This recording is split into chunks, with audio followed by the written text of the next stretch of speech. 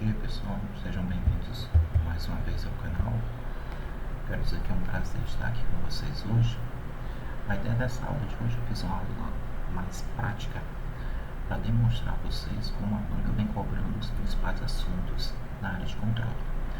Então, primeiro, nós vimos como estudar, qual a importância de fazer um planejamento estratégico para se estudar de forma correta.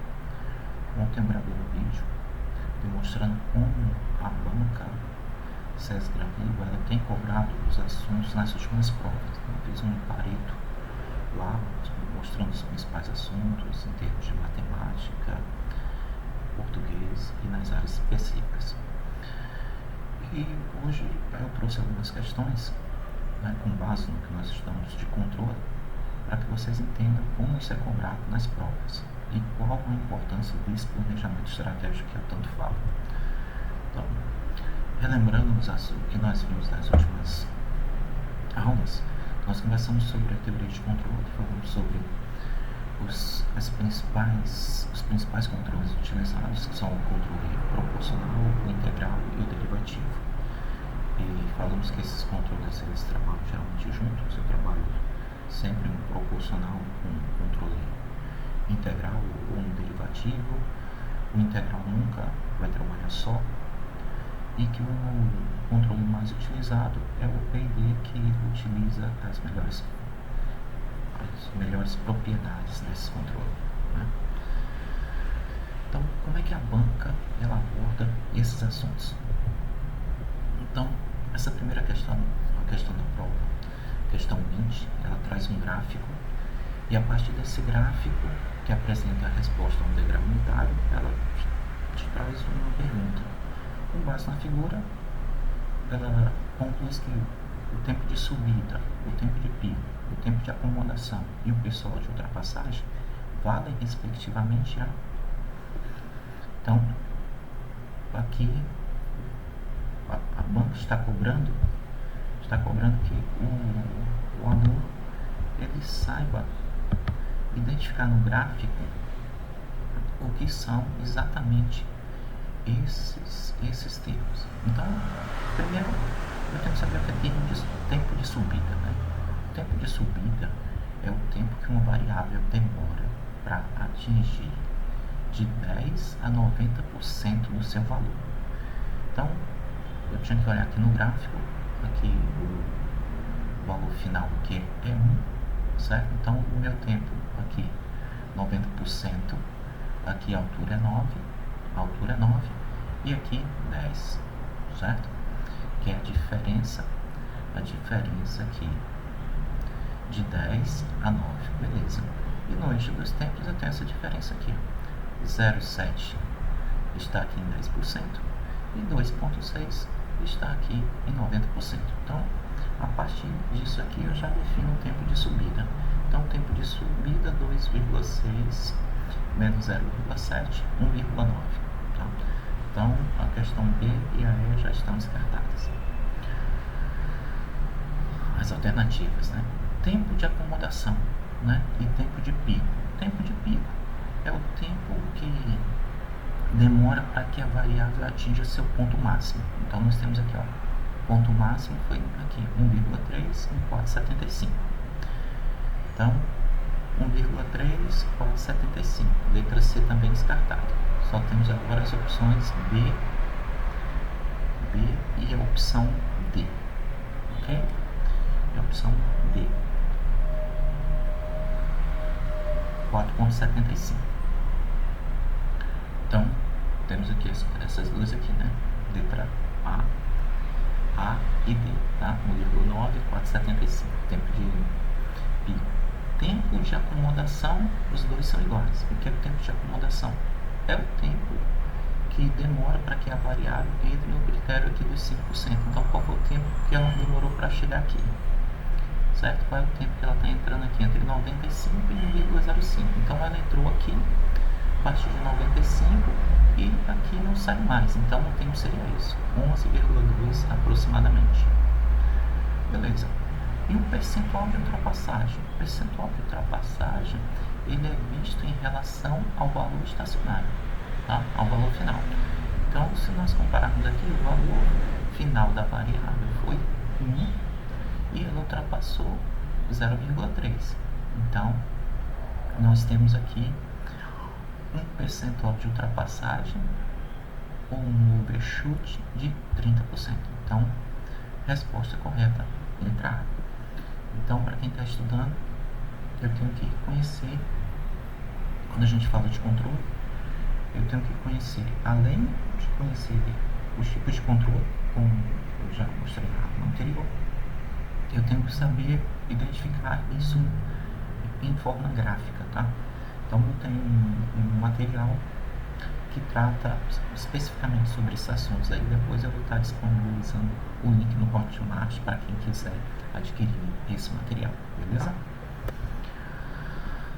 Questão 19. Questão 19, ela me traz uma malha de controle. A gente vê que é um sistema aqui com uma retroalimentação, ou seja, é um sistema de segunda ordem. Ele diz, considere o sistema realimentado, mostrado na figura, onde D é uma perturbação integral. Então ele diz que aqui eu tenho um distúrbio.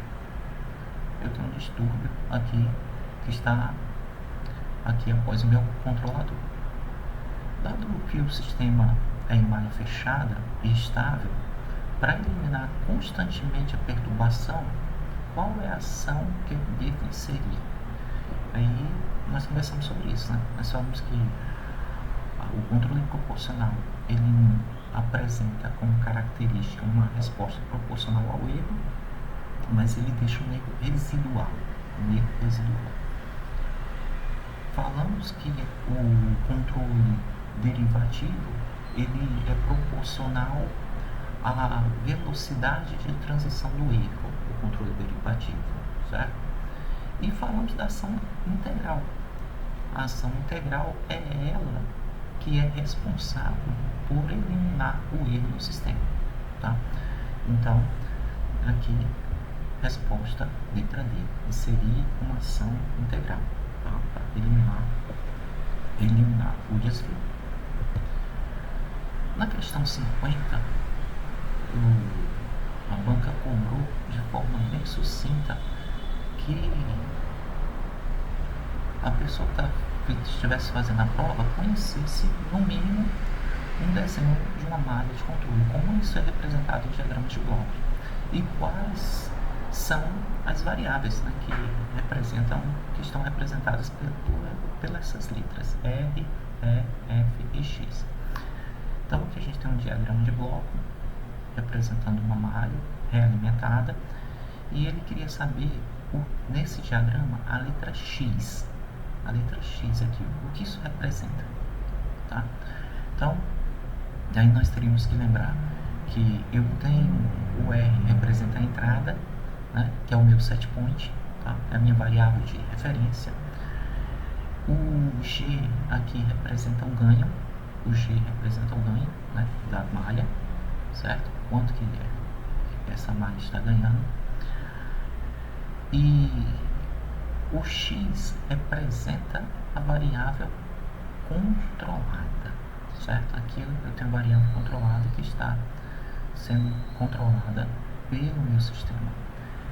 O H representa geralmente aqui um sensor, e aqui o F, a gente tem aqui esse retorno de feedback, um sinal de realimentação, e a letra E seria o erro, onde o erro é a diferença entre o set point e a variável medida, né? A variável controlada no reverso, e aqui essa diferença eu jogo aqui como erro para que o controlador ele traga a variável para a sua posição desejada. A questão 48, aqui mais uma vez a banca cobrando que ela me dá uma malha, diz aqui que eu tenho um controlador, uma planta, né, 2 blocos somadores, e ela marcou aqui na letra C, dizendo que eu tenho uma perturbação constante. Então eu tenho uma perturbação constante aqui, eu pego aqui o sinal, leio esse sinal e pergunto qual controlador deve ser utilizado para eliminar o efeito da perturbação na resposta do sistema. Então, nós sabemos das ações, já conhecemos o que faz cada um desses controles, o proporcional, o derivativo e o integral. E a gente sabe que para eliminar o erro, né, esse efeito aqui da perturbação superconstante, para tentar eliminar esse erro, nós vamos utilizar a ação integral. Agora a questão 49, ela me traz aqui um enunciado, onde ela pergunta: um sistema de controle realimentado por um controle PD apresenta um percentual de ultrapassagem, um sobrepasso ou um overshoot de 40% para cada tipo degrau. Beleza. Aí ele queria saber qual a mudança que deveria ser feita na sintonia desse controlador para reduzir o percentual de ultrapassagem. Na aula anterior, nós conversamos sobre o que faz cada um desses controles, né? Inclusive, lá tem um slide onde eu falo justamente sobre esse ponto, né? O que acontece? Se a gente voltar aqui nesses slides aqui para identificar aqui nessa questão aqui, essa questão ela trata de uma rampa integral muito parecida com esse desenho, onde eu tenho um overshoot lá de ultrapassagem. E esse overshoot aqui, a questão considera que é muito alto. Lá diz que é 40%.